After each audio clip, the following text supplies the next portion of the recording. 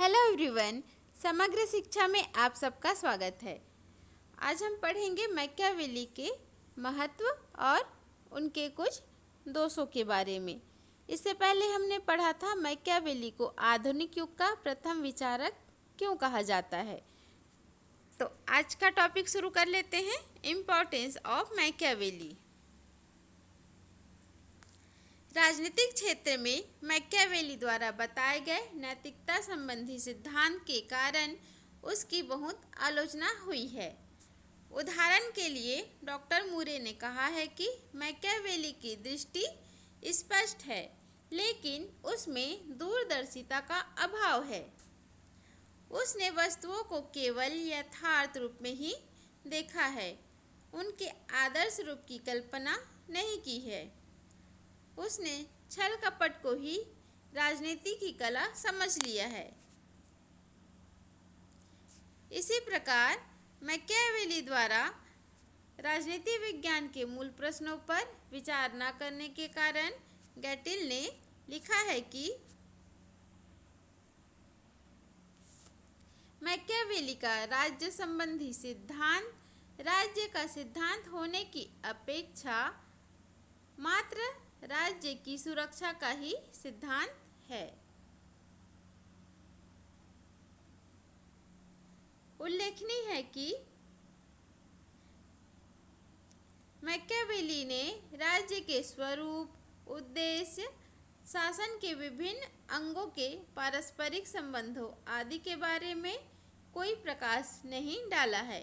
परंतु मैकियावेली की आलोचना से पहले हमें यह ध्यान रखना चाहिए कि राजनीति में अनैतिकता व धूर्तता तो पहले से ही थी। उसने तो केवल क्या किया है, उसने तो केवल उसका पर्दाफाश किया है।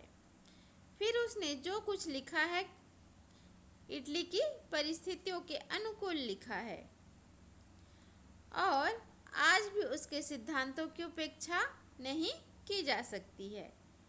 इसलिए जोन्स का कहना ठीक है कि मैकियावेली किसी भी अन्य व्यक्ति की अपेक्षा और इस तथ्य के बावजूद कि वह कठिनाई से ही राजनीतिक सिद्धांतवादी है, आधुनिक राजनीतिक दर्शक का जनक है। अंत में मैक्सी का मत उल्लेखनीय है। मैकियावेली ने राजनीति की नैतिकता को भ्रष्ट नहीं किया है। ऐसा तो सदियों पूर्व हो चुका था, परंतु उसने जिस निर्ममता पूर्वक उन पवित्र षड्यंत्रों का पर्दाफाश किया है जो धार्मिक मंत्रोच्चार द्वारा बड़े बड़े स्थानों में रचे जाते थे, वह क्या है, प्रशंसा के योग्य है। उन्होंने क्या किया है, पर्दाफाश किया है। किसका? षड्यंत्रों का, जो धार्मिक मंत्रोच्चार द्वारा बड़े बड़े स्थानों में रचे जाते थे, वह प्रशंसा के अयोग्य नहीं है। यानी कि यहाँ पे क्या है, प्रशंसा के योग्य है। उसे सच्चे और पक्के देशभक्त होने और आधुनिक राष्ट्र का नेता होने का श्रेय भी दिया जाना चाहिए। सैद्धांतिकता के विरुद्ध व्यवहारिकता की ओर उसके तीव्र सुझाव ने निसंदेह राजनीति दर्शन को मध्ययुग के पांडित्यपूर्ण अस्पष्टवाद से बचाने में बहुत योगदान दिया और इसलिए उसे आधुनिक युग के महान राजनीतिक चिंतकों में सर्वश्रेष्ठ नहीं तो प्रथम चिंतक अवश्य माना जाना चाहिए। अब आगे हम जानेंगे मैकियावेली की विचारधारा के क्या क्या दोष थे। मैकियावेली की विचारधारा में अव्यवस्था, अस्पष्टता और जटिलता के दोष तो हैं ही, उसके कुछ विचार भी त्रुटिपूर्ण हैं और उसमें असंगतियां भी है। उसके इन दोषों का अध्ययन निम्नलिखित रूपों में किया जा सकता है, जिसमें पहला है अध्ययन पद्धति की त्रुटियां।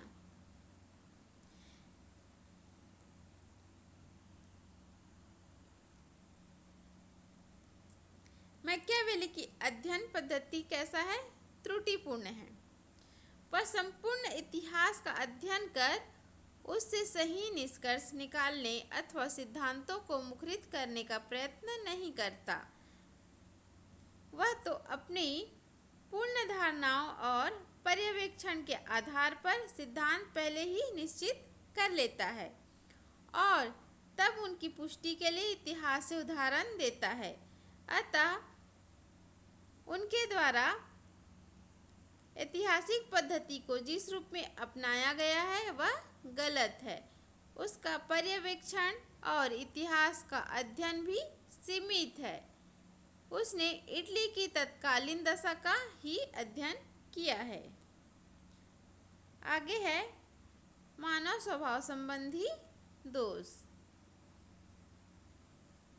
स्वभाव के संबंध में उनका दृष्टिकोण मानव एकांगी और असंगति पूर्ण है।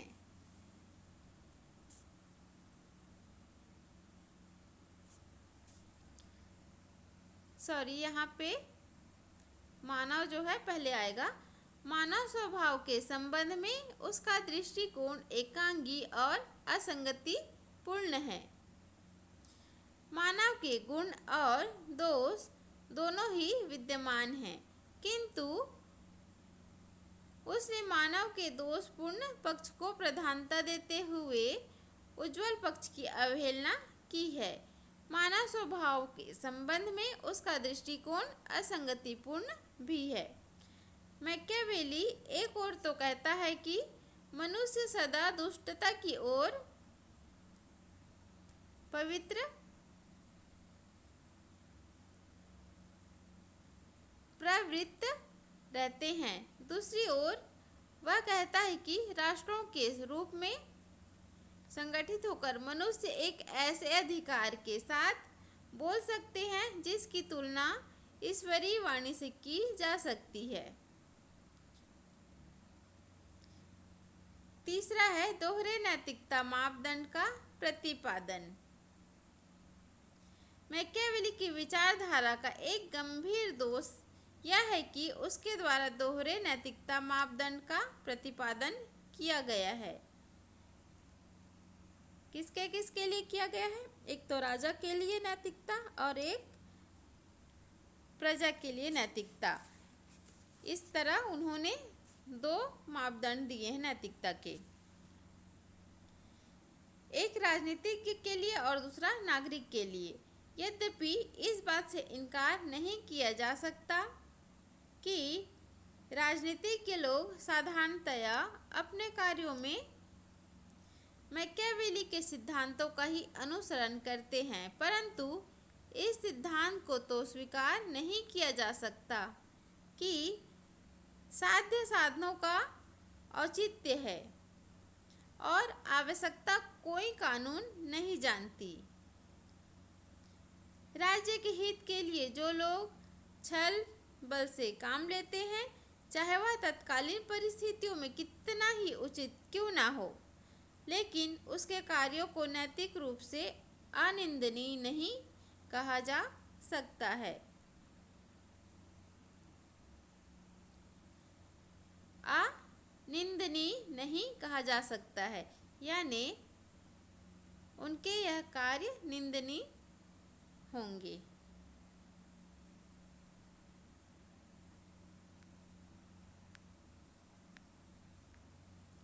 आगे है राष्ट्रीयता, संप्रभुता और विधि संबंधी विचारों में अस्पष्टता। मैकियावेली के राष्ट्रीयता, संप्रभुता और विधि संबंधी विचारों में अस्पष्टता और अव्यवस्था है। वह राष्ट्रीयता या राष्ट्र राज्य की कोई परिभाषा नहीं देता। वह संप्रभुता की भी कोई स्पष्ट व्याख्या नहीं करता। उसकी विधियों का विवेचन भी सीमित है।